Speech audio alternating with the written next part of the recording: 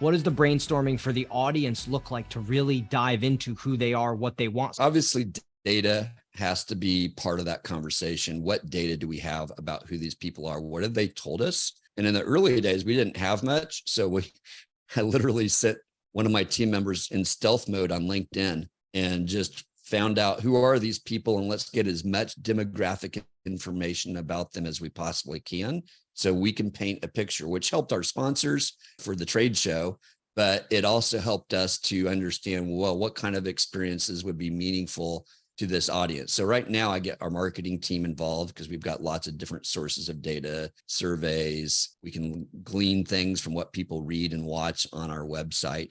So I'll start with as much information as we have, and then we'll storyboard who is this person. And we'll try to come up with a story to flesh out. I know it's a woman who's in her 30s or 40s, who's a marketer working for somebody else's business. She's from North America, and she's been doing social media marketing for at least 5 years. I know things like that, but what I don't know is what's her life like. So this is where we fantasize a little bit, but you can presume if someone's around 40 that they probably are married and they probably have kids that they've left behind with somebody. And so you start to get a picture of what kind of music does she listen to?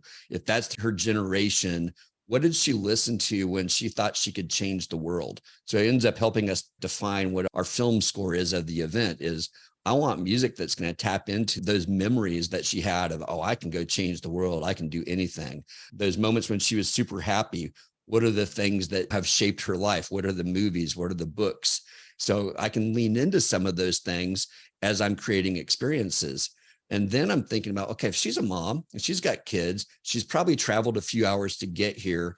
I know when she's showing up to the event that she's still concerned about the kids, and she's probably worn out from traveling because she had to stay up really late, making sure that her husband or her parents or in-laws are set up to take care of the kids. She had to hand off all of her work to somebody else so that she could leave that alone. So I know she's worn out. So I want to do something when she arrives that helps her to feel refreshed and energized and excited. Thank that person because it's time now to shift your energy. But I'll also have like aromas of tropical scents when she arrives, because I know those are refreshing.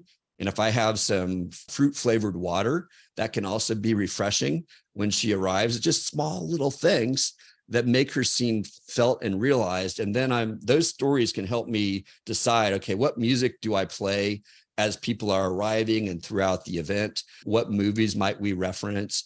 What other experiences might we create that would be meaningful? If it's a 40-year-old woman, anime might not be the right place to go, but picking the right movies could be very much the right place to go.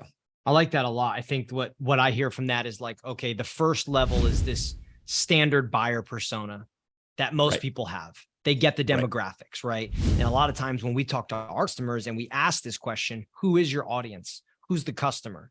Tell us about them. They go to a buyer persona and we're like, okay, that's great. Love that you have that. Now let's go to the second floor, right? And that's what you're saying next is just get that data, get the personas, but then you could take some stabs and take some guesses, and not everybody's the same.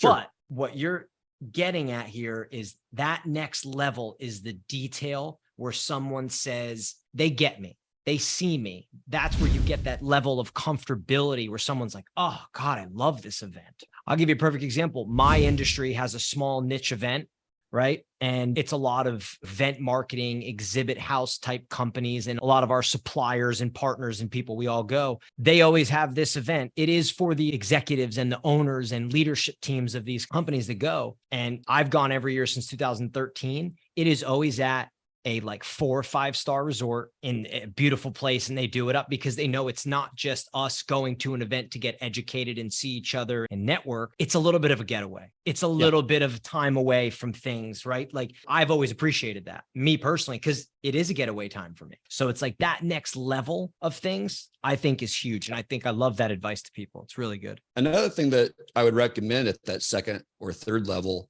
is get on the phone with some of these people.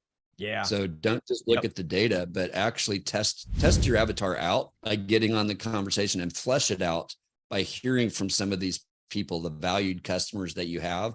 One, is good just to build a deeper relationship with them, but two, it's going to help you have some real people in mind. So when you think your buyer, you can actually say, hey, it's Wendy. This is Wendy. Let me tell you her story. And Wendy's a lot like our typical customer.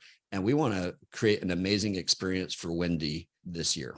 And so now all of a sudden, it's not just a made up name. It's a real person. You know, she's representative. She's not, you know, a facsimile of everybody, but there's a lot of things about Wendy that help you. Just thinking about that, I feel like all the post-event surveys I've taken, they're great and you get lump sums of data. But to your point, picking up the phone, either year round, whenever you'd like, or at the event. If it's your event, just walk over to someone, say, hey, how's this going? Right? Because to me, I want to pull on that thread. I don't want you to just select A, B, C, or D in a post-show survey. I want to catch you in the moment. And I want to say, hey, how's the event been? And whether it's good or negative, I want to push into that and say, well, why'd you say that? What makes you think that? Why would that be bad? I want to ask, I can pull and be, oh, wow, that's what they're thinking. Oh, wow, we're really missing the mark. Or maybe, man, we need to double, triple down in this direction, because that's how events become just excellent, where like the demand goes through the roof because you're nailing the little details. It's interesting. Our CEO has one job at the event, and that's to give the opening keynote. And that after that, his other job is to connect with the audience. And so he has hundreds of conversations. And this year, he was hearing a repeated theme from a subset of our audience who were saying, hey, we aren't seeing any content for us. And so after the event, within a few days, he wrote a very long post saying, hey, we heard you. We realized we missed something, and we have a solution coming soon. And we launched a podcast just to serve that need, because we heard that theme come out of the event. And I think someone on your team needs to have that as their primary mission, just listening. You may not be able to be the person because you've got so many things going on producing an event, but someone has the time and the capacity and the giftedness. Like some people would get worn out having 200 conversations, but other people are even more energized after the 200th conversation. And so find that person. It doesn't have to be your CEO. It helps if it's your CEO. Not anybody. It could be it.